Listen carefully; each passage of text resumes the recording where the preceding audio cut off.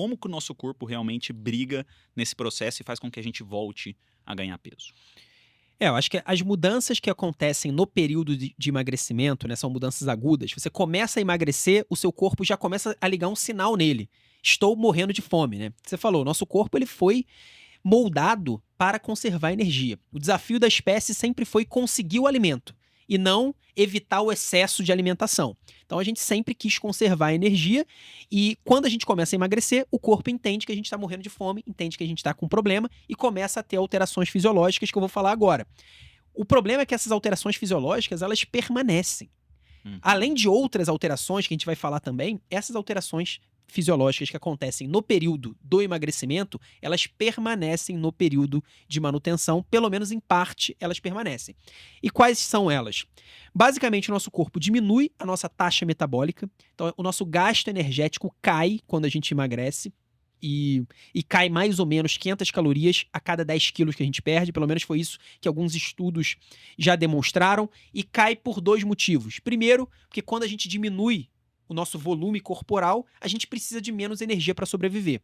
Então, nossa taxa metabólica basal, ela reduz. Isso é natural, isso é proporcional à massa. Inclusive, no processo de emagrecimento, é muito comum que as pessoas percam massa muscular também, além da gordura. E a gente sabe que a massa muscular é um tecido que é muito ativo metabolicamente. Então, ele gasta muita energia. Quando você perde massa muscular, você diminui ainda mais a sua taxa metabólica basal. Então, esse é o efeito de perda de energia, né? Na verdade, de perda de gasto de energia proporcional à massa que você perde. Sim. Além desse efeito, você perde ainda mais energia. Então você perde ainda mais gasto de energia, que é desproporcional ao quanto que você emagrece. Então é isso. Esse é o efeito do nosso corpo buscando manter energia. Ele se torna. Por que você perde ainda mais energia? Porque o seu corpo se torna metabolicamente mais eficiente. Pode parecer estranho, eficiência normalmente é uma coisa boa, mas para quem quer emagrecer, a eficiência metabólica é uma coisa ruim. Significa que o seu corpo consegue se manter usando menos calorias, usando menos energia. Então, esse é um processo que o corpo sempre tenta buscar e ele busca ainda mais desesperadamente quando você começa a emagrecer. Então, esse efeito aí de diminuir a taxa metabólica basal em 500 calorias por dia, mais ou menos, ele já foi visto em pessoas que emagreceram 6 anos atrás. Então, Uhum. ele dura pelo menos 6 anos. Provavelmente é uma mudança perene que acontece. Então, o Sim. seu corpo, quando você emagrece, ele simplesmente não aceita. Ele fica. É uma coisa que ele luta contra o seu emagrecimento. Então, você vai ter uma taxa metabólica basal menor por causa do emagrecimento. Claro que a gente poderia falar aqui de coisas para tentar amenizar esse problema, a gente vai falar depois, mas o natural, digamos que você só emagreceu, não mudou mais nada, você vai perder gasto calórico. O outro lado da equação é ainda mais importante, que é o lado da alimentação, né, da ingesta calórica. A gente falou do gasto, falta a ingesta. A fome aumenta. Essa é a verdade. Quando você emagrece, a fome aumenta imediatamente, né? Durante o processo de emagrecimento, a fome aumenta. E essa fome, ela continua em estado maior do que o normal, mesmo depois de anos que você já emagreceu. E aí, esse efeito eu dividiria em dois grandes aspectos. Primeiro, o efeito hormonal direto, na quantidade de hormônio que a gente secreta. Então, a leptina e a grelina. Leptina é o hormônio da saciedade que é produzido e secretado pelo nosso tecido adiposo, pela própria gordura, né? Teoricamente, quanto mais gordura você tem no corpo, mais leptina você tem. Então você deveria sentir menos fome, né? Esse seria o natural. O problema é que quando você emagrece, você diminui a produção de leptina e não só diminui proporcionalmente a sua perda de gordura. Você diminui ainda mais do que. Então, se você perdeu 20% da sua gordura corporal, você pode diminuir em 40% a sua produção de leptina. Uhum. Então existe uma redução bastante importante aí da leptina.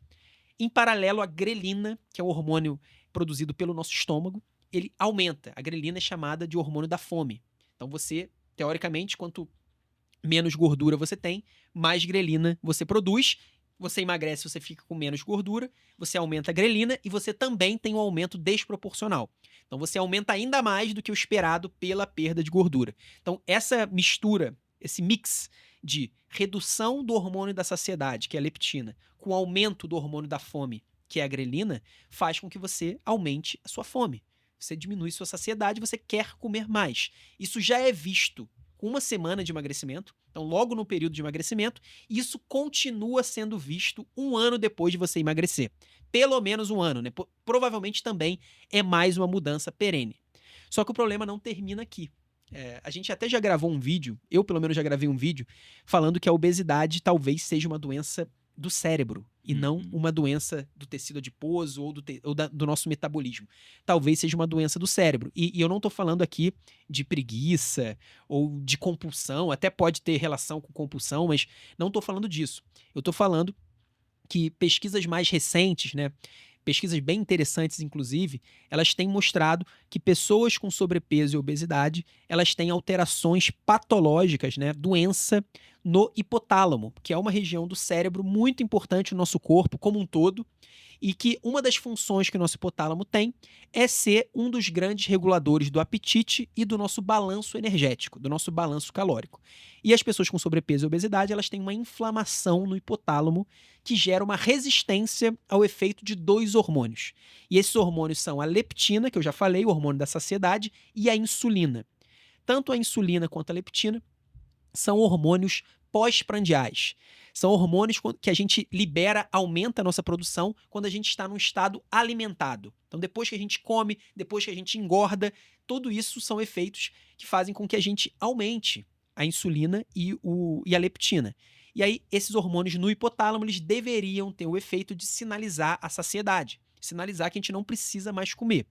Essas pessoas com sobrepeso e obesidade, por terem essa inflamação hipotalâmica, elas têm um prejuízo, elas têm uma resistência da insulina e da leptina no hipotálamo. Eu não estou falando aqui da resistência insulínica normal, que a gente fala toda hora, que é no nosso corpo, na nossa periferia, que tem no nosso fígado, no nosso músculo, enfim, em vários tecidos, mas estou falando no cérebro. No hipotálamo, a gente tem essa resistência e a notícia ruim é que essa inflamação hipotalâmica, ela também não é reversível. Então, a pessoa, mesmo depois que ela emagrece, a gente continua vendo alterações patológicas, alterações compatíveis com inflamação em exames de imagem. Então, as pessoas fazem ressonância magnética e tem lá sinais inflamatórios no hipotálamo. Então, possivelmente, esse é mais um efeito aí de longo prazo.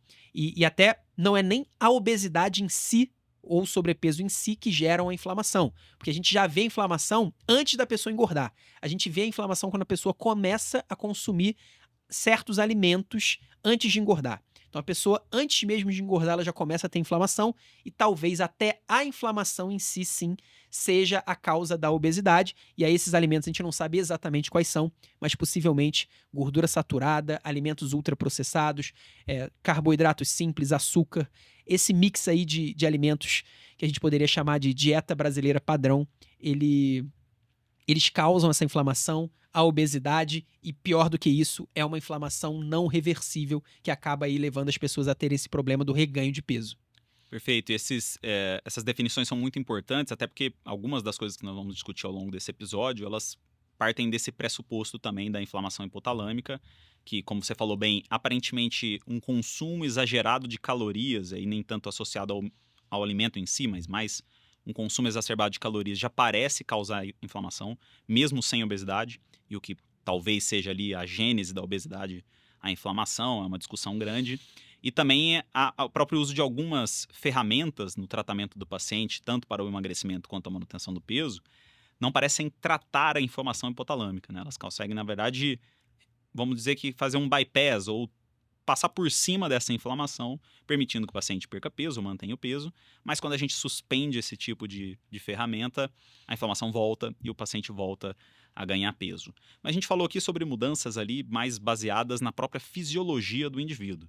A gente sabe muito bem que, a gente já citou isso algumas vezes sobre a dificuldade de emagrecimento, alguns fatores mais externos, relacionados até à própria pessoa em si, podem acabar contribuindo para o processo de reganho de peso, né? O que a gente pode falar, por exemplo, sobre o sono, sobre o próprio ciclo menstrual, o estresse que a pessoa tem? Isso pode influenciar no reganho de peso? Com certeza, né? A gente sabe que o estresse e a privação de sono, eles são fatores que aumentam o nosso consumo calórico. Isso já é comprovado. A privação de sono, se você dorme menos do que 6 horas e meia por noite e melhora o seu sono, então você passa a dormir pelo menos 1 hora a mais do que você dormia antes, em média, você vai aí em torno de 200 a 300 calorias a menos por dia de consumo, mesmo você não tendo sido orientado a mudar a sua alimentação. Então você naturalmente vai comer menos se você melhorar o seu sono.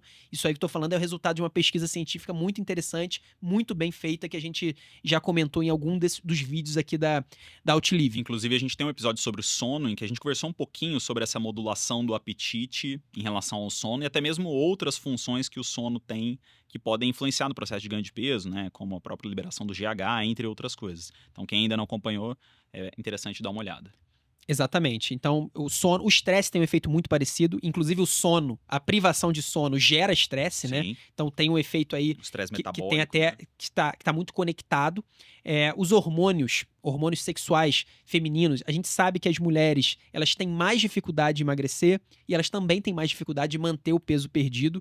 As mulheres elas são metabolicamente mais eficientes. Então, uma eficiência, como a gente falou lá no início, que no caso do emagrecimento é ruim, porque o corpo consegue fazer as funções corporais com menos calorias, então isso dificulta. A menopausa dificulta mais ainda, né? A gente sabe que quando existe uma queda muito grande no estrogênio, principalmente, que é a grande característica hormonal ali da menopausa, as mulheres elas têm mais dificuldade ainda, então a taxa metabólica basal reduz. Também tem uma questão de que as pessoas acabam perdendo massa muscular nesse caminho, né? Claro, se Não só massa muscular, óssea também, né? Ma- E inclusive uma própria distribuição da própria gordura corporal. E, inclusive, mulheres costumam ter um aumento do risco cardiovascular na menopausa justamente por a diminuição de estrogênio e essa redistribuição da gordura, que costuma ser mais periférica nas mulheres mais jovens e passa a ser mais central após a menopausa.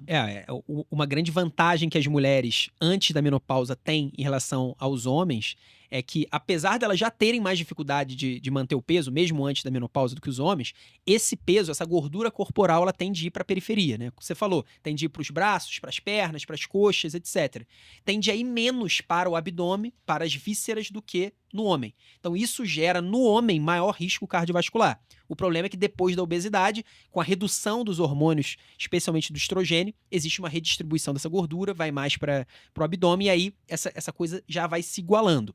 Então, o que você falou muito bem da perda de massa óssea, perda de massa muscular, tudo isso aí são coisas que podem, inclusive, serem amenizadas ou até revertidas, especialmente essa questão da massa muscular e massa óssea. Atividade física ajuda muito, dependendo, alguns tipos de suplemento também podem contribuir nesse aspecto. A própria terapia de reposição hormonal na mulher, que tem as suas indicações específicas, e aí lembrando que, lógico, isso não é reposição de hormônio masculino na mulher, é reposição de hormônios femininos, que logicamente tem as suas indicações, mas pode ajudar nesse processo, principalmente nas mais sintomáticas, nas que já tem uma predisposição para perda de massa óssea, por exemplo. É isso. Todas essas são alterações fisiológicas, né? Então, sono, estresse, alterações hormonais que podem atrapalhar a pessoa nesse reganho de peso. O que a gente tem que pensar, Jorge, é que a pessoa vai ter dificuldade a vida inteira. O que a gente falou, ela vai ter um problema crônico ligado ao peso. Então, ela vai ter que se preocupar o tempo inteiro. Quando ela está emagrecendo, naquele processo inicial de emagrecimento, o que está acontecendo? A pessoa está motivada para emagrecer. Ela decidiu, por algum motivo, seja porque ela quis emagrecer, seja porque ela teve um problema de saúde, seja porque o médico dela falou, por qualquer motivo, ela decidiu que ela iria emagrecer, ela está motivada e vai fazer a dieta, vai fazer o que for para emagrecer. Depois que ela emagreceu, cara, o que vai acontecer depois do emagrecimento? Vai acontecer a vida dela inteira, né? Ela vai ter família, problemas familiares, vai ter o trabalho, problemas de trabalho, vai ter vida social, etc. Vai ter também doenças, vai ter problemas de saúde, vai ter que tomar remédio. Tudo, vários aspectos aí, seja de doença, alterações hormonais, às vezes não é nem doença, por exemplo, a menopausa é uma alteração fisiológica da mulher. Ela vai ter a menopausa em algum momento. Então, tudo isso vai acontecer e pode pegar meio que a pessoa desprevenida, entre aspas, no sentido que ela já não tem a mesma motivação. Então ela não tá mais preocupada com o peso dela. Ou então a preocupação é mínima, ela não tá tão motivada assim para fazer a dieta, e aí às vezes chegou na menopausa. E aí a menopausa vai gerar uma redução do gasto calórico. Nesse momento, ela vai engordar. Então, da mesma forma, pode ser, por exemplo, uma mudança de trabalho. Uma mudança de trabalho gerou um estresse na pessoa, a pessoa estava acostumada a almoçar no lugar tal, que ela já sabia que ela comia de forma saudável, ela mudou, lá não tem o restaurante que ela queria, ela já está estressada, está com um monte de preocupação. Cara, ela tem chance de engordar nesse momento. Ou então ela teve um filho. No caso das mulheres, é uma questão dupla aí, né? Que é uma questão tanto fisiológica, que a gente sabe que a gestação é um momento em que a mulher tem uma resistência insulínica fisiológica. Então, existe um aumento, uma tendência da sensibilidade para a resistência. Lembrando que é um espectro, né? A gente trata como se fosse uma coisa binária, mas na verdade existe um espectro. Por alterações hormonais, a mulher tende a ter uma resistência insulínica, ela tende a engordar também, tende a comer mais, óbvio, porque ela tá sustentando 2 seres vivos, né? Ela e o feto. E além disso, depois que nasce o bebê, ela tem privação de sono, ela tem muito estresse também. A maternidade a gente sabe que é difícil, que é muito difícil, e tudo isso joga contra. E ao mesmo tempo, ninguém, né, nenhum de nós, e obviamente nenhuma mulher também, está ficando mais jovem, né? Sim. A gente sempre está ficando mais velho. E conforme a gente vai ficando mais velho, a gente diminui o nosso metabolismo, a gente tende a perder massa muscular. Às vezes a mulher também, no pós-parto, não tem tempo, não tem energia para fazer atividade física. Então, vários aspectos da nossa vida, eles podem alterar e gerar como se fosse armadilha para a gente voltar a engordar. Então, acho que o grande problema aí é esse. Você termina de emagrecer estando muito motivado. Às vezes você está até motivado para fazer manutenção. Só que a manutenção não tem data para acabar. E a sua vida acontece, cara. E aí, o que pode ser essa armadilha? Pode ser uma questão fisiológica, pode ser uma doença que você pega, pode ser uma gestação que acontece, pode ser a menopausa que acontece, pode ser um problema de trabalho, uma alteração de trabalho, pode ser um problema familiar, uma perda familiar, pode ser uma doença de saúde mental. Então, pode ser uma depressão, pode ser um transtorno ansioso, alguma coisa pode acontecer e pode te tirar do equilíbrio. Isso é muito parecido com o alcoolismo, né? A gente já usou como paralelo, mas a pessoa que é alcoólatra, às vezes ela tá lá em remissão, né? A gente não fala em cura, mas ela tá em remissão do alcoolismo, então não tá bebendo, mas a vida da pessoa acontece. E a vida da pessoa acontecer, cara, tem um monte de problema, né? A vida é contingência. Então, cara, vai acontecer um monte de problema, um monte de coisa que pode fazer a pessoa ir para a recaída. Então, é mais ou menos, é muito parecido e, enfim, depois a gente vai falar de ferramentas para tentar aí resolver isso, mas a pessoa, eu acho que só da pessoa já prever isso, a pessoa já saber que existe esse risco, é uma doença crônica, eu vou ter problemas na minha vida. Às vezes não é nem problema, às vezes é uma coisa que a pessoa queria muito, ela queria muito ter filho. Mas eu vou ter mudanças na minha vida que podem me tirar do eixo nesse aspecto específico e eu já tenho que me preparar para isso. Só da pessoa ter essa mentalidade, eu acho que já ajuda bastante. Perfeito, e até a importância do acompanhamento também psicológico de algumas condições e até mesmo de alguns momentos de vida, porque o ambiente, além, lógico, da parte fisiológica do indivíduo, influencia muito no processo de reganho de peso. Até por isso, a parte comportamental em si, a abordagem do comportamento é importante nesse processo de não só de perda de peso, mas também de manutenção. Mas falando talvez dos hábitos comportamentais mais comuns que a gente tem no período de emagrecimento e até mesmo tentando manter o peso, é a balança em si, né? E muita gente se pergunta, poxa, será que existe um benefício de eu me pesar constantemente? Será que não tem benefício? Será que se eu ver a balança parada, eu vou ter uma chance maior de não aderir à dieta e acabar ganhando peso? O que a gente consegue falar sobre isso? Eu acho que assim, eu vou tirar da jogada a questão do comportamento compulsivo, porque existem pessoas que podem ter um comportamento compulsivo com a balança. Pessoa que se pesa 5 vezes por dia, que, cara, não para de... Isso aí eu acho que já chega num aspecto patológico, mas de uma maneira geral, as pessoas comuns que não têm esse tipo de comportamento, eu acho que é muito benéfico a pessoa se pesar constantemente, especialmente no período de manutenção. E justamente porque o período de manutenção é um período em que a nossa motivação tende a cair. Porque, cara, quando você tá emagrecendo, você vai querer se pesar. Porque você quer ver, cara, será que eu consegui emagrecer? Sim. Tô fazendo tudo certo, eu quero emagrecer, eu estou fazendo as coisas É um corretas. reforço positivo muito grande, né? Então, é um reforço positivo que normalmente as pessoas buscam. O grande benefício da balança está no momento em que a pessoa começa a ter medo da balança. Então, pensa numa pessoa, Jorge, que tem problemas financeiros, que não quer abrir o aplicativo do banco, que não quer ver a dívida, não quer nem ver, cara, quanto que tá meu cartão de crédito, eu não quero ver. Isso é um sinal que a pessoa tá com medo daquilo, porque ela sabe que ela está errando. E aí, quanto mais tempo ela fugir, seja do aplicativo do banco, no caso da pessoa endividada, seja da balança, no caso da pessoa que está em manutenção de peso, maior a chance dela aumentar o problema, daquilo virar uma bola de neve. Então, às vezes, ela escorregou no período de manutenção e ganhou 3 quilos. E ela ficou com medo de ver esses 3 quilos ali na balança. Só que, cara, às vezes se ela fica meses sem ver, esses 3 quilos podem virar 10, podem virar 15. E aí o problema vai escalando. Então, eu gosto sim que as pessoas tenham uma rotina de se pesar. Não precisa nem necessariamente ser se pesar, tá? Pode ser se medir, por exemplo, circunferência abdominal. Pode até ser uma vigilância ativa em relação às roupas. Sim. Isso é difícil a pessoa esconder, né? Uhum. Mas isso acontece também. Às vezes a pessoa começa a ter medo de determinada roupa. Ela sabe que essa roupa já não tá mais tão boa nela. Ela começa a usar aquelas roupas mais largas, de um período. Só que eu acho que a balança ou a fita métrica é boa porque é muito concreto, né? Específico. Objetivo, né? Tem lá um número 70 quilos, 65, 80. Ou então 100 centímetros, 90 centímetros, 85 centímetros. Então é muito objetivo e isso é quase como o sinal de fumaça, né? Aquele sinal de alerta para você, sinal amarelo, ó. Cara, você está escorregando na sua manutenção. Então, eu gosto sim. Eu acho que quando a gente fala em hábito, isso aí basicamente é a gente checar, né, o que está acontecendo. Não adianta você ter um hábito para qualquer coisa que você queira melhorar na vida e você não ter nenhum critério objetivo para medir o que está acontecendo. Então, no caso da balança, eu acho importante. E lembrando, a pessoa que é obesa, sobrepeso, ou que foi obesa e ou que teve sobrepeso, ela tem um problema crônico. Então, ficar olhando a balança, isso não é uma obsessão. Cara, olhar a balança uma vez por semana, ou mesmo que seja uma vez por dia, não é obsessão para pessoas que têm um problema crônico de saúde. As pessoas hipertensas também devem medir a pressão delas com uma certa constância. Então, a pessoa que é hipertensa não pode ficar 2 anos sem medir a pressão. Sim. Não pode nem ficar 1 ano sem medir a pressão, idealmente.